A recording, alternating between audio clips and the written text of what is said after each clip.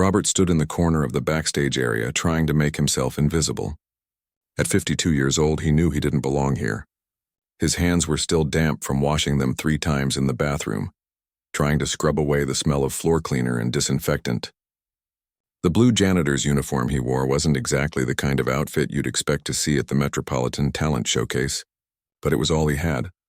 Around him, the other contestants looked like they'd stepped out of a magazine. There was a young woman in a black evening gown that probably cost more than his monthly rent, carefully tuning her violin. A man in his 30s wore a perfectly tailored suit, doing vocal warm-ups in the corner.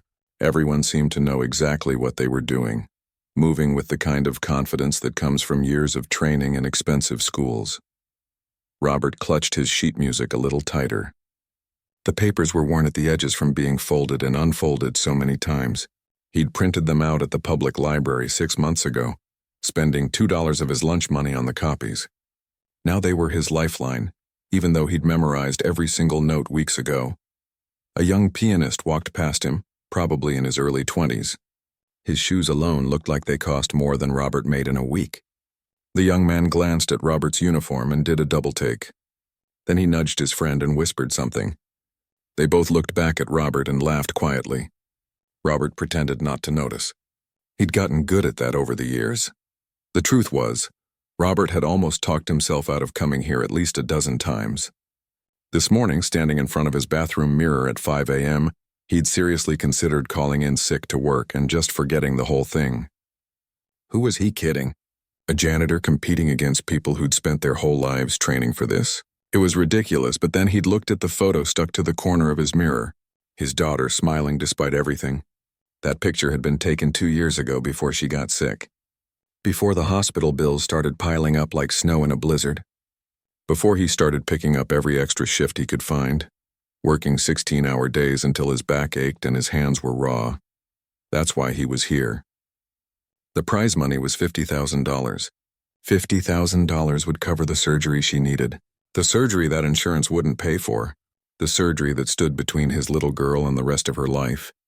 So he'd gotten dressed, put on his work uniform because he didn't own anything else nice enough, and taken 3 buses to get to the theater. He'd arrived 2 hours early because he couldn't afford to be late, and now he was here surrounded by people who belonged while he very clearly didn't. Number 47, a production assistant with a clipboard called out, "You're up in 20 minutes. Head to the stage left entrance." Robert's heart jumped into his throat. 20 minutes. He could feel his hands starting to shake. He shoved them into his pockets, hoping nobody would notice. The sheet music crinkled slightly, and he pulled his hands back out, smoothing the papers carefully. 15 years. That's how long he'd been teaching himself to play. 15 years of sneaking into the empty concert hall where he worked, after his shift ended and everyone had gone home. The building was supposed to be locked down at midnight, but he had the keys. He was the one who mopped the floors, cleaned the bathrooms, emptied the trash bins. And after all that was done, usually around 1 in the morning, he would sit at the grand piano on the empty stage. The first few months he could barely manage Twinkle, Twinkle, Little Star. His fingers felt thick and clumsy on the keys. He'd watched countless YouTube videos on his phone, squinting at the tiny screen, trying to understand hand positions and finger exercises. There were nights when he felt like giving up. Nights when his fingers cramped and his back hurt from bending over all day, and the notes he played sounded more like noise than music. But he kept going. He had to. Music was the only thing that made sense anymore. The only thing that felt like it was truly his. He remembered the first time he successfully played something beautiful. It was a simple piece, nothing fancy, but when he finished, he sat there in the dark theater and cried. Actually cried. Because for the first time in years, he'd felt like he was more than just the invisible guy who cleaned up after everyone else. "Hey." A voice broke through his thoughts. Robert looked up to see the young woman with the violin standing nearby. She wasn't smiling exactly, but she wasn't laughing either. "First time competing?" Robert nodded, not trusting his voice. "Yeah, I can tell.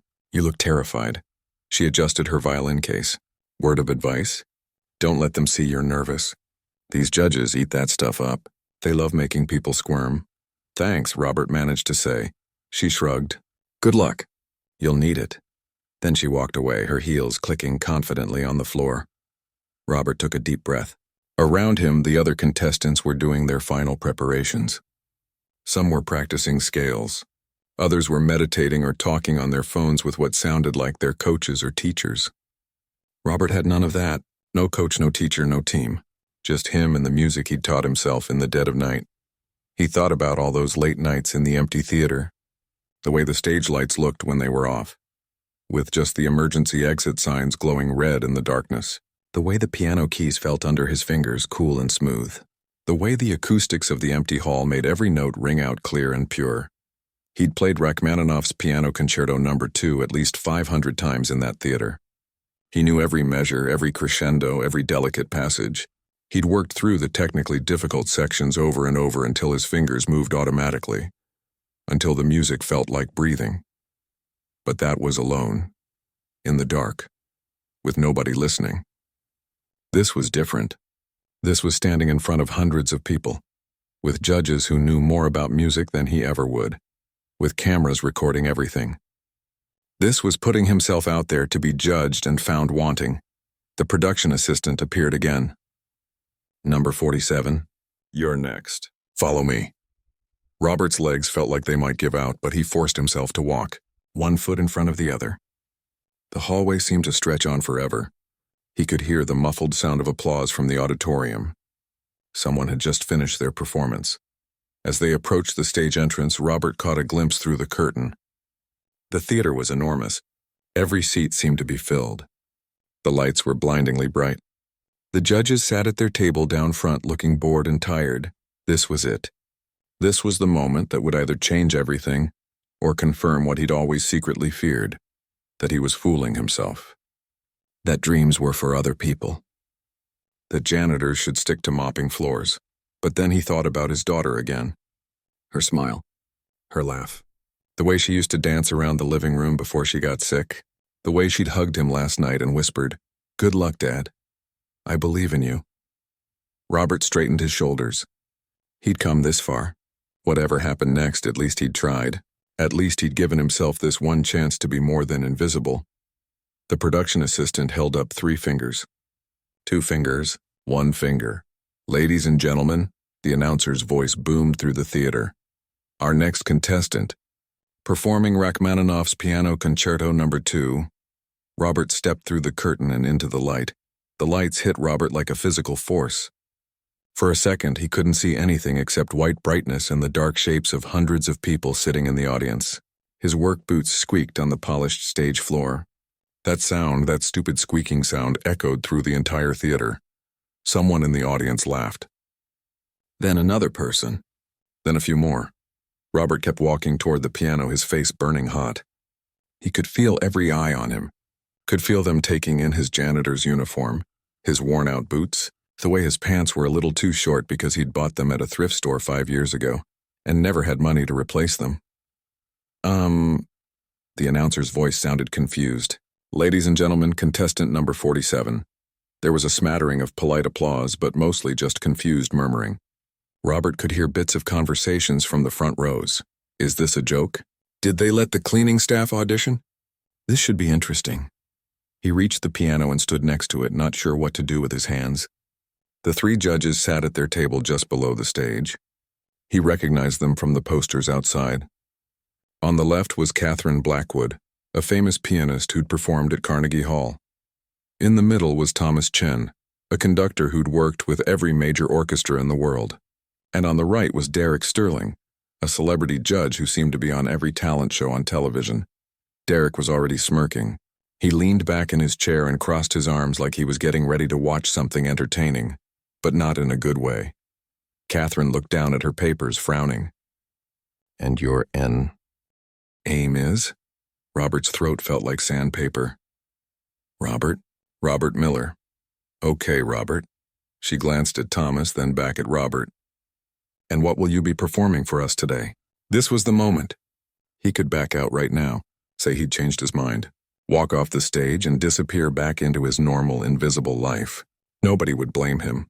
Everyone already thought this was a mistake anyway. But he thought about his daughter in that hospital bed. He thought about the doctor saying they were running out of time. He thought about all those nights alone in the theater, playing his heart out to empty seats. Rachmaninoff's Piano Concerto No. 2, he said. His voice came out quieter than he wanted. The audience reaction was immediate. Laughter. Actual loud laughter. Someone in the back row whistled. The kind of whistle that meant they thought this was hilarious. Robert's hand started shaking again. Derek Sterling sat forward, his smirk growing wider. "I'm sorry, did you say Rachmaninoff's Piano Concerto No. 2? "Yes, sir." "You do know that's one of the most technically difficult pieces in classical piano repertoire, right?" Derek looked at the other judges like they were all in on the same joke. "I mean, concert pianists spend years mastering that piece. Decades sometimes, I know," Robert said. Thomas, the conductor, took off his glasses and cleaned them slowly. "Son, no offense, but where did you train?" "Which conservatory?" "I didn't go to a conservatory." "Private lessons, then?" "Who was your instructor?" Robert swallowed hard. "I taught myself." The laughter got louder. Someone in the audience actually said, "Oh, come on," loud enough for everyone to hear. Catherine was shaking her head, not in a mean way exactly, but in a way that said she felt sorry for him, like he was embarrassing himself and didn't even know it. Derek held up his hand for quiet. The audience settled down a bit. "Look, Robert, I appreciate that you have enthusiasm, but Rachmaninoff, that piece requires years of professional training. The technical demands alone are—" He trailed off, waving his hand like the difficulty was obvious. "Maybe you'd like to perform something a little more appropriate? Do you know any Billy Joel? Maybe some Elton John?" The audience chuckled at that. Robert felt something hot rising in his chest. Not quite anger, but something close. How many times had people suggested he do something more appropriate? How many times had people assumed they knew what he was capable of based on his uniform, his job, his calloused hands? "I'd like to play Rachmaninoff," he said, louder this time. Catherine leaned forward. "Robert, we're not trying to be discouraging, but this is a professional competition. The other contestants have trained their entire lives. They have degrees from Juilliard, from Berkeley, from the Royal Academy. If you've never had formal training—" "I've been practicing for 15 years, Robert interrupted. He couldn't help himself. "Every night after work. I know this piece inside and out." "I can play it," Derek raised his eyebrows. "Every night after work? And what is it that you do, Robert?" There it was. The question Robert had been dreading. He could lie. Make something up. But what was the point? They could all see his uniform. "I'm a janitor." At Eastwood Concert Hall, the theater erupted. More laughter, some gasps, people turning to their neighbors to make sure they'd heard right. Robert stood there and took it. He'd known this would happen. Of course they were laughing. A janitor playing Rachmaninoff. It did sound ridiculous when you said it out loud. Derek was grinning now, clearly enjoying himself. "A janitor. Okay, well, this is definitely a first for me." He looked at the cameras positioned around the theater, making sure they were getting all of this. "Tell you what, Robert. You seem determined. So why don't you sit down and give it a shot? I'm sure we could all use a good—" He paused, choosing his words carefully. "Surprise." The way he said surprise made it clear what he really meant. He expected Robert to fail. They all did. Robert walked to the piano bench. More squeaking from his boots. More giggles from the audience.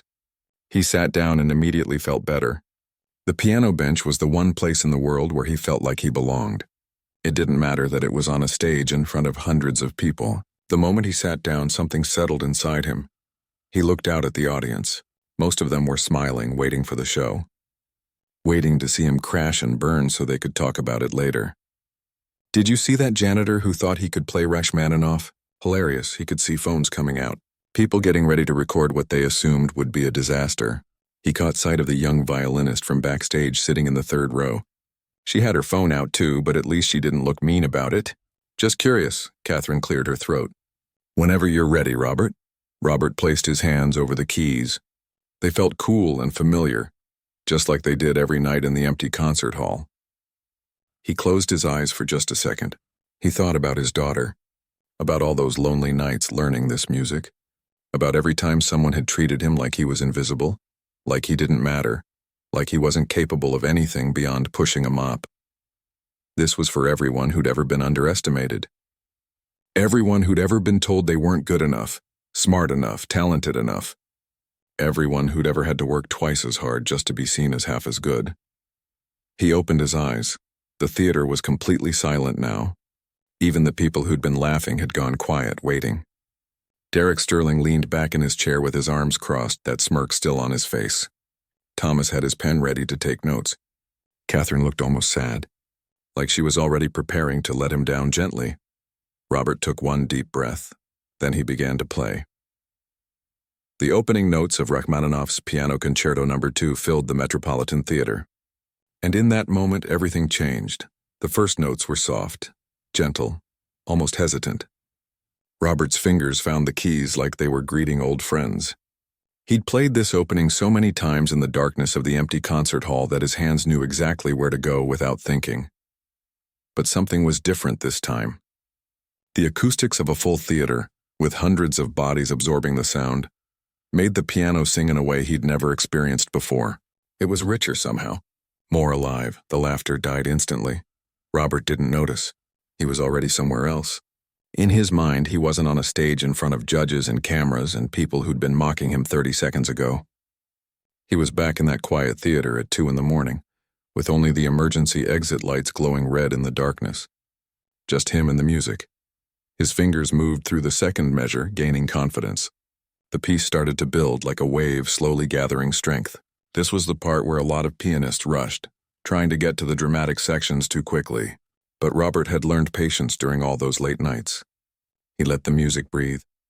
Let each note have its moment. Catherine sat up straighter in her judge's chair. Her expression had changed. The pity was gone, replaced by something that looked like surprise.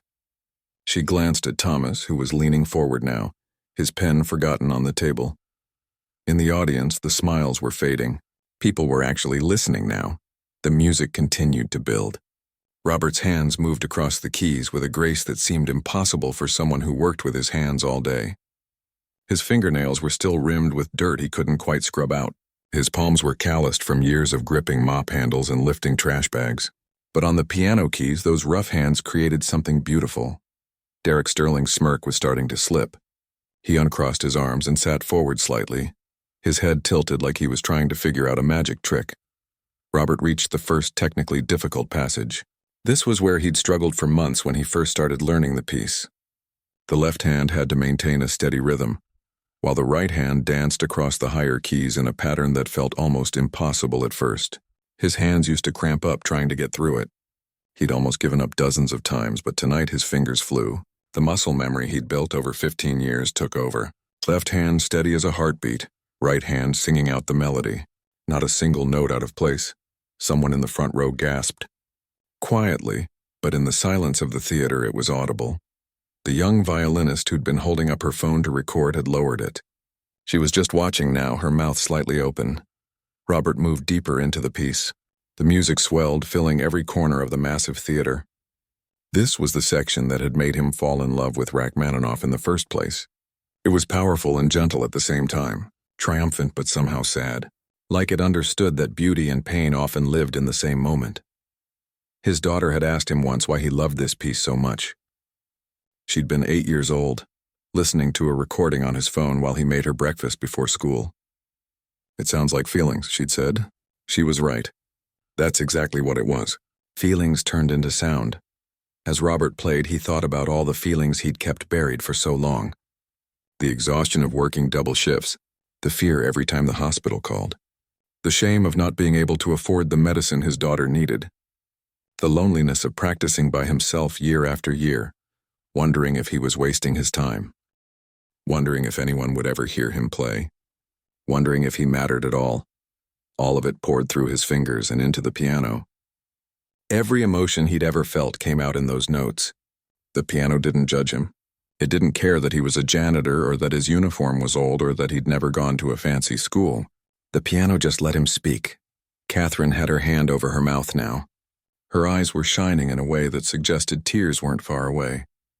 Thomas was completely still, like he was afraid that moving might break the spell. The music built toward the climax of the first movement. This was the part that required the most physical strength. Powerful chords that had to ring out with absolute clarity. Robert's shoulders tensed as he prepared for the difficult passage. His back ached from bending over mop buckets all week. His hands were tired from scrubbing floors. But none of that mattered right now. He brought his hands down on the keys with perfect precision. The chords rang out like church bells, clear and strong and absolutely right. The force of it seemed to shake the theater itself. A woman in the fifth row had tears streaming down her face. She wasn't even trying to hide it. Robert transitioned into a softer section, his touch becoming delicate. This was the part that made people think of rain, or of memories that hurt but that you didn't want to forget. His fingers barely touched the keys, coaxing out notes that were almost whispers. The contrast between the powerful chords and these gentle notes was what made this piece so special. It showed the full range of human emotion in just a few minutes of music. Joy and sorrow, strength and vulnerability, hope and despair. Derek Sterling had stopped smirking entirely. He sat with his hands clasped in front of his mouth, his eyes fixed on Robert. For once in his career as a celebrity judge, he seemed to have nothing to say. The audience was completely silent except for the music. Not a cough, not a whisper, not a phone notification. Everyone was holding their breath. Robert's fingers continued their dance across the keys. He was sweating now, small drops forming on his forehead, but he didn't stop to wipe them away. Couldn't stop. The music had taken over. It was flowing through him like a river, and all he could do was guide it. He thought about his daughter again. The way she'd looked so small in that hospital bed last week. The way she'd smiled at him even though he could see the pain in her eyes. The way she'd said, "It's okay, Dad, we'll figure it out." She was 12 years old and already so much braver than he'd ever been. This performance was for her. Every note was a promise that he wouldn't give up, that he'd keep fighting, that he'd find a way to get her the help she needed. The music swelled again, building toward another powerful section. Robert's hands moved faster now, flying across the keys in patterns that looked impossible but sounded effortless. The technical difficulty of what he was doing was extraordinary. This was the kind of playing that took most pianists decades to master, and he'd taught himself. In stolen hours after midnight, with YouTube videos and determination and nothing else but the belief that maybe, just maybe, he was capable of more than the world thought he was. Catherine was crying openly now. Not sad tears, but the kind that came when something moved you so deeply that you couldn't hold them back. Thomas had his hands pressed together like he was praying. The orchestra conductor, who'd been sitting in the wings ready to accompany what he'd expected to be a disaster, was standing now. He was supposed to remain professional and detached, but even he couldn't hide his amazement. Robert reached the most difficult passage in the entire piece, the part that had taken him 2 years to master. His fingers had to move independently in ways that felt unnatural, creating harmonies that seemed to come from multiple pianos at once. He'd practiced this section until his hands cramped, until he dreamed about it, until he could play it with his eyes closed. And now, on this stage with the world watching, his hands performed perfectly. The music surrounded everything. Robert's vision blurred. At first he thought it was the stage lights, too bright and too hot.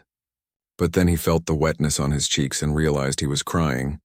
Actually crying right there on stage in front of everyone. His hands never stopped moving, though. They couldn't. The music wouldn't let them. The tears came from somewhere deep inside, from all those years of being invisible, from every time someone had looked right through him like he didn't exist, from the nights he'd gone to bed exhausted, wondering if tomorrow would be the day the hospital told him they couldn't wait any longer for payment. But the tears weren't just sad. They were everything. Relief and pain and hope all mixed together. Because right now, in this moment, people were actually seeing him, really seeing him. Not the uniform or the job or the worn-out boots. They were seeing what he could do, what he'd built in secret all these years. The music poured out of him like it had been locked inside for too long. Each note was a piece of his soul that he'd never been brave enough to show anyone. The piano seemed to understand. It responded to every touch, every emotion, like they were having a conversation that went deeper than words. In the audience, more people were crying now. A man in a business suit had his head in his hands. The young violinist was wiping her eyes with the back of her hand, mascara running down her face. An elderly woman in the front row was clutching her husband's arm, both of them transfixed. Robert moved into the piece's most emotional section. This was where Rachmaninoff had poured his own heartbreak into the music. You could hear it in every chord. The composer had written this after a devastating failure, after everyone had told him he was finished. He'd turned all that pain into something beautiful. Something that lasted. Robert understood that now in a way he never had before. He wasn't just playing the notes anymore. He was living them. Every measure was his own story. His own struggle. His own refusal to give up even when everything seemed hopeless. His fingers pressed into the keys with more intensity. The sound grew richer, fuller. It filled the theater like a living thing. The chandelier crystals high above seemed to vibrate with each chord. The old wood of the theater walls seemed to resonate with the music. Catherine had given up trying to maintain her professional composure. She was leaning forward with both hands pressed to her chest, tears streaming freely down her face. She'd heard thousands of performances in her career. She'd played in the world's greatest concert halls. But something about this moment was different. Something about watching a janitor play with this much heart, this much truth, had broken through all her years of professional distance. Thomas had taken out a handkerchief and was dabbing at his eyes, not even trying to hide it. He kept shaking his head slightly like he couldn't believe what he was hearing. Like he was witnessing something that shouldn't be possible but was happening anyway. Even Derek had changed completely. The celebrity judge who made a career out of clever insults and dramatic reactions sat frozen in his chair. His eyes were red. His mouth was slightly open. He looked like someone who'd just had everything they thought they knew turned upside down. Robert's hands moved through another complex passage. The left hand created a foundation of deep rolling chords while the right hand sang out a melody that sounded like someone pleading for hope. The two hands worked together but told different parts of the same story. Struggle and aspiration, wait and flight. He thought about all the nights in that empty theater. How small he'd felt sitting alone on that huge stage with nobody watching. How many times he'd wondered if he was crazy for spending his free time this way. He could have been sleeping. Could have been watching TV. Could have been doing any of the normal things people did after a long day of work. But instead, he'd chosen this. The piano.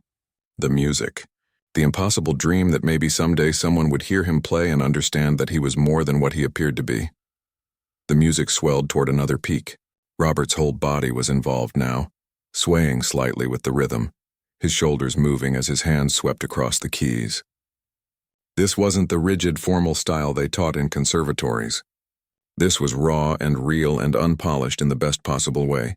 The audience was completely absorbed. People were leaning forward in their seats. Some had their hands clasped together. Others sat perfectly still, afraid that any movement might disturb what was happening. The energy in the room had shifted completely. This wasn't a competition anymore. It was something else, something sacred. Robert reached the passage that had always made him think of his daughter. The melody turned gentle here, almost like a lullaby, but there was sadness underneath it. The kind of sadness that comes from loving someone so much that their pain becomes your pain. More tears fell. Robert didn't try to stop them. His hands found the keys through the blur, guided by muscle memory and feeling rather than sight. The notes came out soft and pure, each one like a prayer. He remembered holding his daughter when she was born. How impossibly tiny she'd been. How scared he'd been that he wouldn't be a good enough father. How he'd promised her, right there in the hospital, that he would do everything in his power to give her a good life. He was trying to keep that promise now, in the only way he knew how. The music began building again, climbing toward the final climax. This was the part that required everything a pianist had. Physical strength, technical precision, emotional depth, perfect timing. Everything had to come together at once. Robert's fingers flew across the keys. The sound was enormous now, filling every inch of the theater. The piano seemed to roar and sing at the same time. Powerful chords crashed like waves while delicate melodies soared above them. It was chaos and order, passion and control, all existing in the same moment. The orchestra conductor in the wings had tears running down his face. He'd conducted some of the world's greatest musicians, but he'd never seen anything like this. This wasn't about technical perfection. This was about something deeper, something true. People in the audience were clutching each other. Strangers were holding hands. A teenage girl had her arm around her mother's shoulders. A group of college students in the back row were all crying together. The music had broken down every wall, every defense. It had reached inside and touched something that everyone had forgotten was there. Robert's hands began to ache. His shoulders burned from the tension. His back screamed from the effort. But he kept playing. He was so close now, just a little bit more. The music exploded in a cascade of notes, everything coming together in a moment of pure triumph. This was what Rachmaninoff had written after he'd clawed his way back from failure. This was victory earned through suffering. This was hope born from despair. Robert put everything he had left into these final measures. Every ounce of strength, every bit of emotion, every hope and dream and desperate prayer. The piano responded like it understood, like it was fighting alongside him. The audience was on the edge of their seats. Some people were already starting to stand, unable to contain themselves. The energy in the room was electric, alive, almost visible, and then Robert's hands moved toward the final chord. The one that would end the piece. The one that would determine everything that came next. Robert's hands came down on the final chord. The sound rang out through the theater, clear and powerful and perfect. He held it, letting it sustain, feeling the vibration of the strings travel through the piano bench and into his body. Then slowly, carefully, he lifted his hands from the keys. The note faded into silence. For 3 full seconds, nobody moved. Nobody breathed. The theater was so quiet that Robert could hear his own heartbeat pounding in his ears. He sat frozen at the piano, suddenly terrified. Had he made a mistake? Had it not been good enough?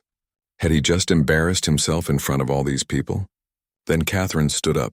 She rose from her judge's chair like someone in a dream, her hands coming together in front of her, and she started clapping. Not polite applause. Real, powerful, from the heart clapping. Thomas shot to his feet next, joining her.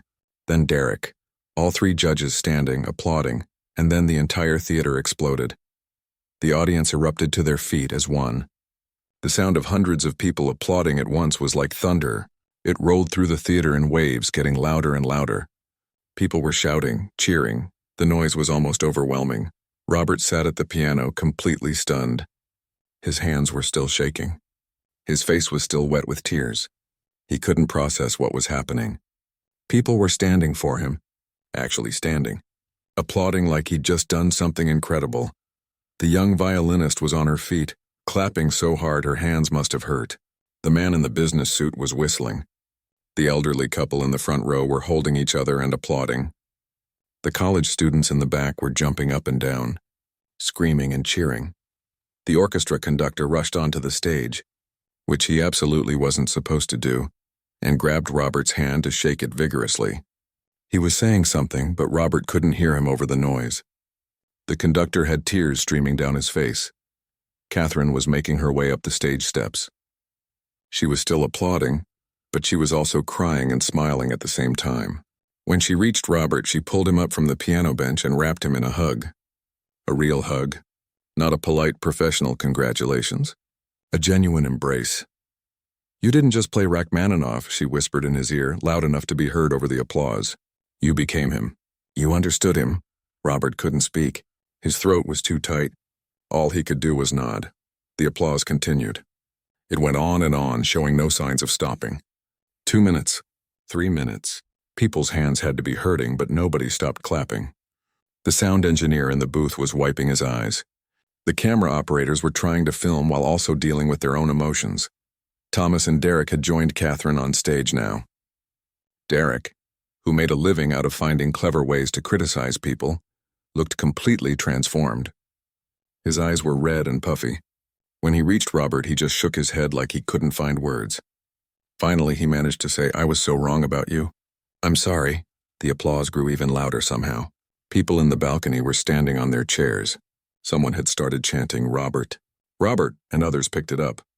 His name echoed through the theater like a battle cry. Robert finally managed to step forward and take a bow. The moment he did, the applause doubled in intensity. Flowers started landing on the stage. Someone threw a rose that landed right at Robert's feet. He bent down to pick it up, his hands still trembling. The production crew was frantically trying to figure out what to do. This wasn't how the show normally went.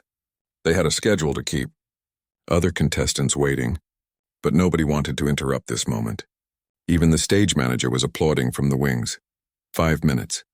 The standing ovation lasted for 5 full minutes. Robert stood there on the stage, holding that rose, watching hundreds of people applaud him.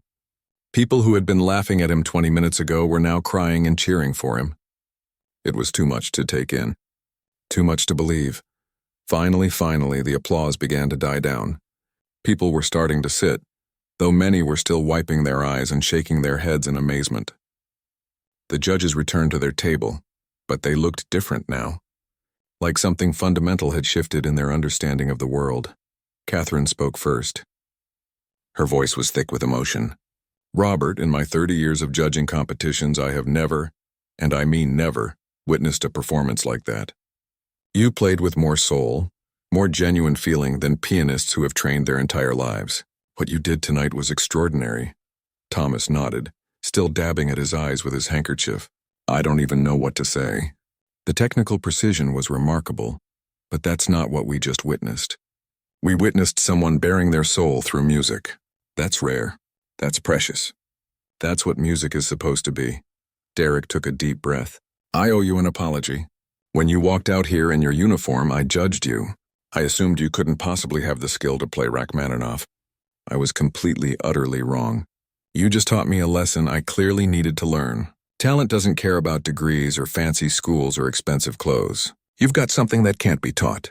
You've got heart. The audience applauded again at that. Robert stood there trying to absorb their words. These were famous musicians, respected judges, people who had dedicated their lives to music. And they were praising him. A janitor who'd taught himself to play in stolen hours after midnight. The voting didn't take long. All 3 judges voted yes unanimously, not just yes, but enthusiastic yes. Catherine actually used the golden buzzer, which sent Robert directly to the finals and meant he wouldn't have to compete in the preliminary rounds, but something even more incredible happened after the show. The footage of Robert's performance was uploaded to the competition's website within an hour. By morning, it had been shared thousands of times. By the end of the week, millions of people had watched it. The video of the janitor who shocked the world went viral in a way that nobody could have predicted. News outlets picked up the story. Morning shows wanted interviews. Classical music magazines that had never covered talent competitions before were writing articles about Robert. The comments on the video were overwhelming. People from every country, every background, every walk of life saying the same thing. His performance had moved them, had inspired them, had made them cry. Job offers started pouring in. 3 major orchestras wanted to hire him. A prestigious music school offered him a full scholarship to study formally if he wanted, though several famous pianists commented publicly that he clearly didn't need it. A recording company wanted to produce an album, but the most important thing was the prize money. $50,000. Robert won the competition unanimously when the finals came around 2 months later. The moment they announced his name, he thought about his daughter, about the surgery she could finally get, about the future that had seemed impossible just a few months ago. He called her from backstage, his hands still shaking with adrenaline.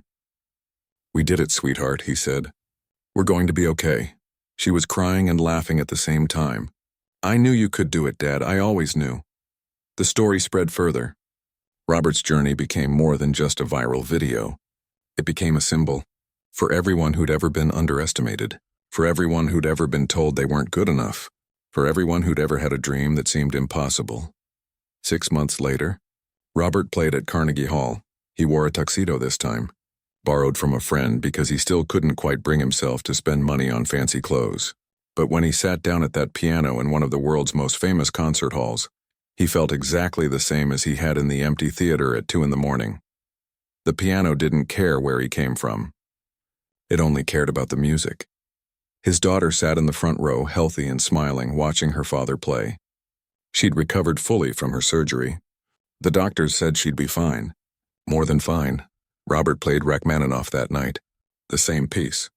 But it felt different now. Not better or worse, just different. Because he wasn't playing it out of desperation anymore. He was playing it out of gratitude. Out of joy. Out of the understanding that sometimes, just sometimes, impossible dreams come true. When he finished, the standing ovation lasted even longer than it had at the competition. But this time Robert didn't cry. He smiled, he bowed. He looked at his daughter in the front row and saw her beaming with pride. He'd spent 15 years invisible, working jobs that people looked down on, practicing music that nobody heard, building something beautiful in secret, but he'd never given up. And in the end, that made all the difference.